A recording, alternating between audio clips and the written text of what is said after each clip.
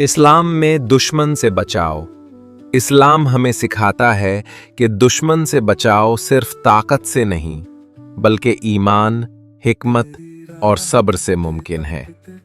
नबी सल्लल्लाहु अलैहि वसल्लम ने सबसे पहले ईमान और अल्लाह पर तवक्कुल की तालीम दी।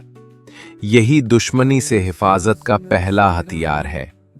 नमाज, आयतुल कुर्सी और माउज़तैन पढ़ना रूहानी ढाल है जो बुराई से बचाती है।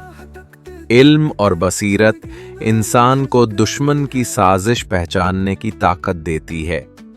नबी सल्लल्लाहु अलैहि वसल्लम ने हमेशा हिकमत और दूरअंदेशी से दुश्मन का मुकाबला किया।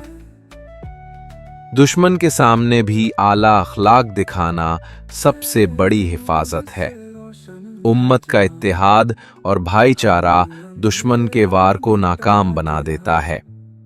सब्र और दुआ वो हथियार हैं जो हर मोमिन के पास हमेशा रहते हैं। याद रखें, ईमान, सब्र और हिकमत अपनाएं, दुश्मन खुद ब खुद कमजोर हो जाएगा।